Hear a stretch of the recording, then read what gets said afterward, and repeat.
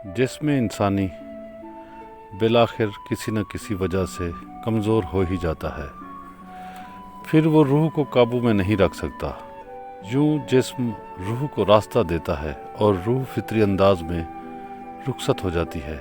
इस अलहोई मकीन के जाने के बाद जिस्म बिल्कुल उधड़े हुए कोट की मानद है, जिसे पहनने वाला उसे फेंक गया हो, अब उसे उसकी जैसे ज़रूरत न रही हो। रूह जिस्म की कैद से आज़ाद होकर बेकरां हो जाती है। इंसान का मादी जिस्म रूह का दुनियावी लिबास था।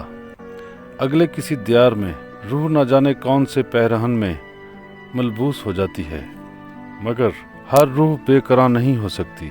वही रूह ही अगले जहां में बेकरां हो सकती है जो पैदाइशी मासूमियत को दुनिया में गदला नहीं होने देती और अपनी पैदाइशी मासूमियत बारगाह इलाह में जाकर पेश कर देती है। इसीलिए हज़रत ईसा अलैहिस्सलाम ने फरमाया था कि मेरे खुदा की बादशाही में कोई उस वक्त तक दाखिल नहीं हो सकता जब तक वो एक बच्चे की मानद मासूम न हो जाए। ये इनाम याफ्ता और मासूम अरवाह हैं जो आलम अरवाह में पहुंचकर अल्लाह पाक की दी गई आज़ादी के साथ हमारी मादी दुनिया में भी असर रसूख रखती हैं। उन्हें अमल की पूरी आज़ादी होती है। हुसैन राज और मलका तो देख रहे थे कि दुनिया में नेक अरवाह की बजाय आज बदरूहों के साथ ताल्लुक़ जोड़ने के लिए स्पिरिट मीडियम्स यानी शैतान से रब्ता कराने वाले इब्लीस खसलत ग्रोहों के चुंगल में दुनिया गिरफ्तार थी। पाक पतन शरीफ में वो हज़रत बाबा फरीद गंज शक्कर सरकार की रूह पुरफतूह की असर पजीरी पर हैरान थे। उधर महफिल में हज़रत ख्वाजा निज़ामुद्दीन औलिया सरकार के अहवाल की अधूरी बात को आगे बढ़ाया जा रहा था। महफिल के दास्तान गो ने अपनी बात को शुरू करते हुए कहा कि मुग़ल तुर्गी खान ने कहा, क्या मैं ये रुमाल मखदूम का तबर्रुक समझकर अपने पास रख लूं? मैंने कहा, मुझे इसके मुतल्लिक मखदूम ने कोई हुक्म नहीं दिया, लेकिन चूँकि वापस लाने का भी कोई हुक्म नहीं था, इसीलिए मैं ये कह सकता हूँ कि तुम इस तबर्रुक को अपने पास रख लो। तुर्गी खान ने चलते वक्त मुझे अशरफियों की एक थैली दी और कहा कि ये मेरी तरफ से मखदूम की नज़र कर देना। ये कहकर वो थैली मुग़ल मुरीद ने हज़रत निज़ामुद्दीन औलिया सरकार के कदमों में रख दी। हज़रत ने तबस्सुम के बाद फरमाया, ये तेरा हक़ है, मैंने तुझको बख्शी। मुग़ल मुरीद ने दोबारा ज़मीन चूमी और थैली उठाकर सफ़ में आकर बैठ गया। हज़रत ख्वाजा निज़ामुद्दीन कुछ देर सकूत में रहे, फिर इरशाद फरमाया, वो सब जा रहे हैं, उनका जाना ज़रूरी था। उनको तो शेखुल आलम हज़रत बाबा फरीदुद्दीन मसूद गंज शक्कर सरकार ने हुक्म दिया है। मेरे मुर्शिद का हुक्म अल्लाह के हुक्म से हुक्म इलाही है। आज सुबह यकायक मशहूर हुआ कि रात को तुर्गी खान मुग़ल की फ़ौजें मुहासरा उठाकर वापस चली गईं। सुबह के वक्त एक मुग़ल सिपाही भी दिल्ली के अतराफ़ में बाकी नज़र नहीं आता था। हम सब फिर हज़रत की मजलिस में हाज़िर हुए। आज मजलिस में रोज़मर्रा के मुकर्रर आदमियों से 10 ही से ज़्यादा ज़ायरीन का हजूम था। हर तरफ आदमी ही आदमी नज़र आते थे। थोड़ी देर बाद खिज़र खान, मलिक नुसरत और अमीर खुसरो हाज़िर हुए। उनके साथ 2 ग़ुलाम भी थे जिनके सरों पर 2 थाल थे जिन पर ज़र बफ्त के खां पोश पड़े थे। इन तीनों ने हज़रत के सामने ज़मीन चूमी और 2 जानू बैठ गए। दोनों ग़ुलाम पीछे खड़े रहे।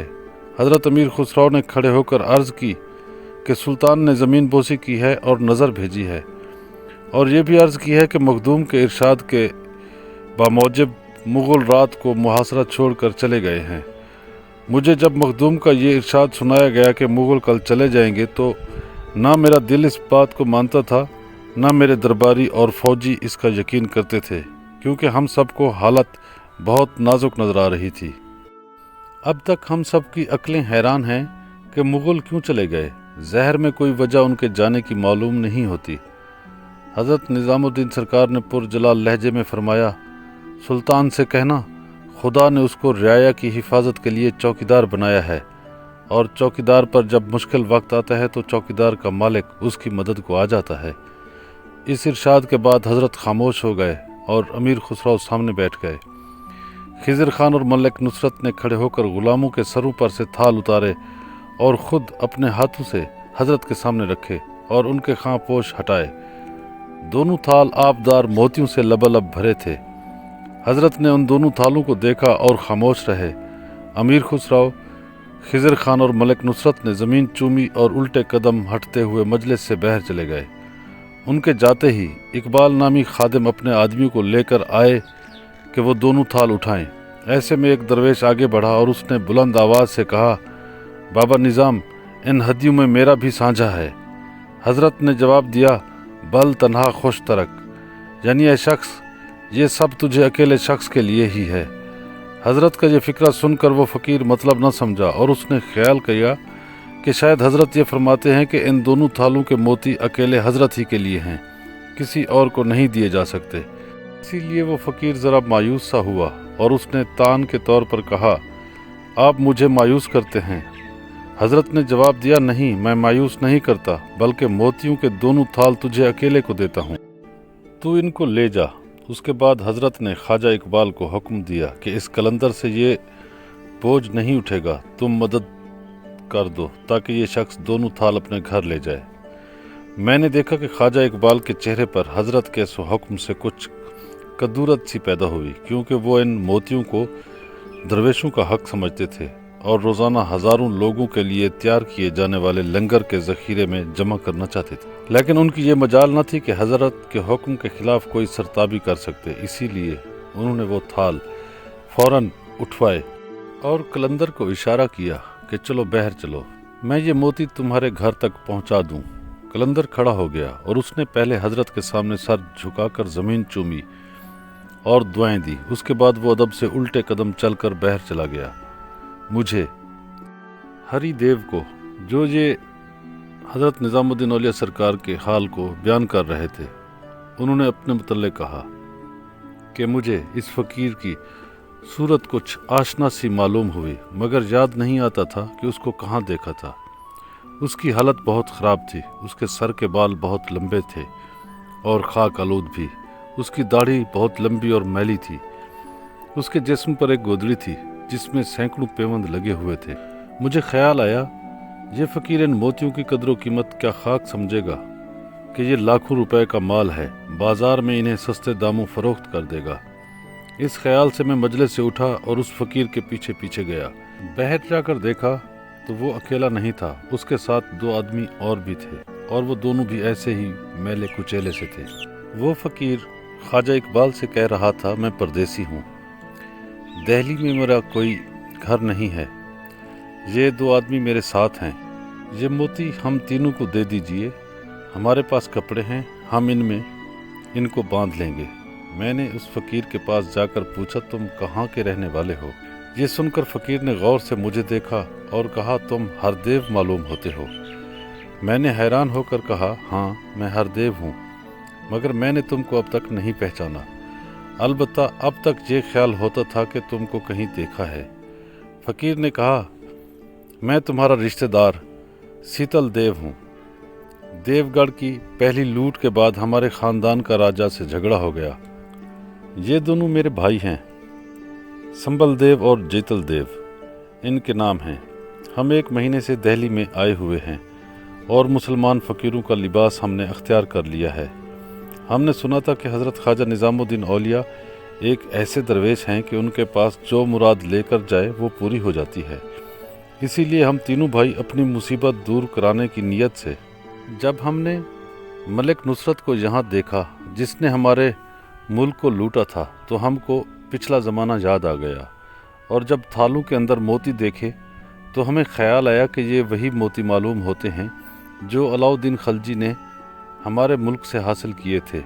इसी वास्ते मैंने जुरत करके हज़रत से कहा कि इन मोतियों में मेरा भी साझा है, मगर मैं हैरान रह गया कि जब हज़रत ने एक मोती भी अपने लिए ना रखा, सब मुझे दे दिए।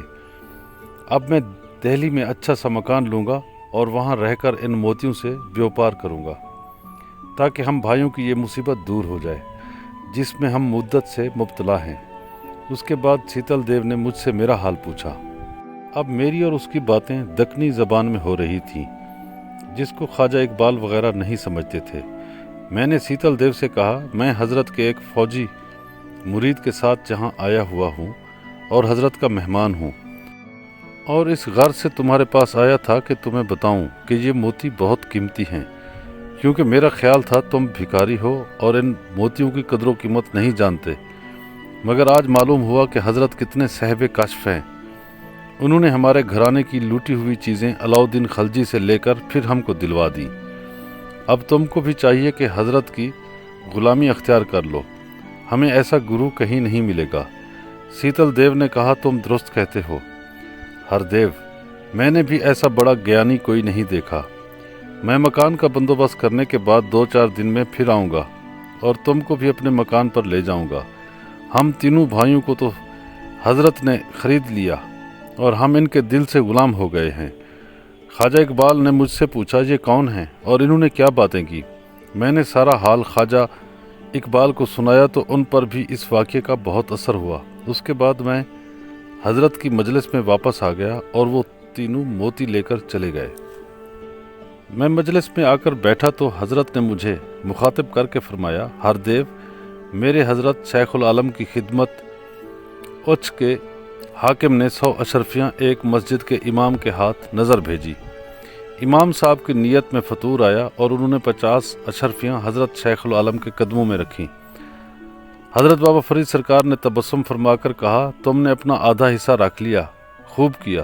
یہ سن کر امام صاحب نے فوراً بقیہ 50 اشرفیاں بھی حضرت بابا فرید سرکار کے قدموں میں رکھ دیں اور بہت معذرت کی اور فوراً توبہ کر کے حضرت کے مرید ہو گئے۔ حضرت نے ان کو نعمت خاص اور اپنی خلافت سے سرفراز فرما کر اوچ میں بھیج دیا۔ اس کے بعد حضرت نے ارشاد فرمایا، سنو ہردیو، اللہ تعالیٰ کی ہر آن نئی شان ہوتی ہے۔ ایک شان کے ظہور کے وقت ایک شخص کو دوسرے سے دلواتا ہے اور دوسری شان کے ظہور کے وقت پھر وہ پہلے والی چیز دوسرے کو واپس پہنچوا دیتا ہے۔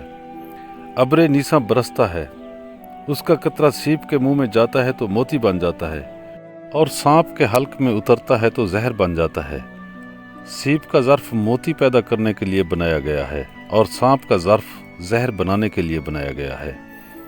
آج جو موتی آئے تھے وہ سیپ ابر نیساں کے قطروں سے بنائے تھے۔ سمندر کے غوطہ خوروں نے سیپوں سے ان موتیوں کو چھینا، پھر ان کو سوداگروں نے میرے امیروں کے ہاتھ بیچا، امیروں سے بادشاہوں نے چھینا، بادشاہوں سے یہ موتی درویشوں تک آئے۔ درویشوں نے دیکھا کہ ان موتیوں کی ان کے دلوں میں کوئی جگہ نہیں، کیونکہ وہاں خدا کی محبت کے بہت سے آبدار موتی بھرے ہوئے تھے۔ اسی لیے درویشوں نے ان موتیوں کو ان کے حوالے کر دیا جو ان کے ضرورت مند تھے اور جو کہہ رہے تھے یہ موتی ہمارے ہیں اور ہم ان موتیوں کے ہیں۔ ہم نے ان کے دلوں کی آواز سنی اور ہم نے ان کے دلوں سے کہا، موتی تمہارے ہوں گے مگر تم موتیوں کے ہرگز نہیں ہو، کیونکہ ہر آدمی خدا کے لیے پیدا ہوتا ہے اور دنیا اس کے لیے پیدا ہوتی ہے۔ ہم نے وہ موتی دے دیے اور اب وہ موتی جہاں سے آئے تھے وہیں چلے گئے، مگر ان کے بدلے خدا نے 3 دل ہم کو دیے تاکہ ہم ان میں خدا کی محبت کو روشن کر کے تاریکی کو دور کر دیں۔ میں نے حضرت کی یہ بات سن کر زمین پر سر رکھ دیا اور دونوں ہاتھ جوڑ کر عرض کی کہ مخدوم کا ضمیر روشن ہے اور میں تو مخدوم کی ذات میں وہ سب کچھ پاتا ہوں جس کی مختلف شانوں کا ذکر مخدوم فرما رہے ہیں۔ پاک پتن شریف کے کتب خانے میں بیٹھے داستان گو کی آنکھیں بند تھی، وہ اپنے مخدوم کا واقعہ بیان کرتے ہوئے مجسم عقیدت بنا ہوا تھا۔ حسین راج اور ملکہ کو بھی اس واقعہ نے متاثر کیا۔ اب انہیں شیخ فرید کے مرید خاص کی نوازشوں کا ادراک ہوا تھا کہ ایک تنہا فرد پورے برِ صغیر کے حکمرانوں پر کس طرح اثر انداز رہا۔ ہزاروں افراد پر مشتمل اس کے آستانے میں لوگ کس سکون قلب اور محبت سے وابستہ تھے۔ دربار کے اکثر و بیشتر عمرہ بھی دلی کے اس امن کار کی عقیدت کا دم بھرتے اور اسی عقیدت کے ذریعے ان سے انسانیت نوازی کی خدمات سر انجام دلوائی جاتی۔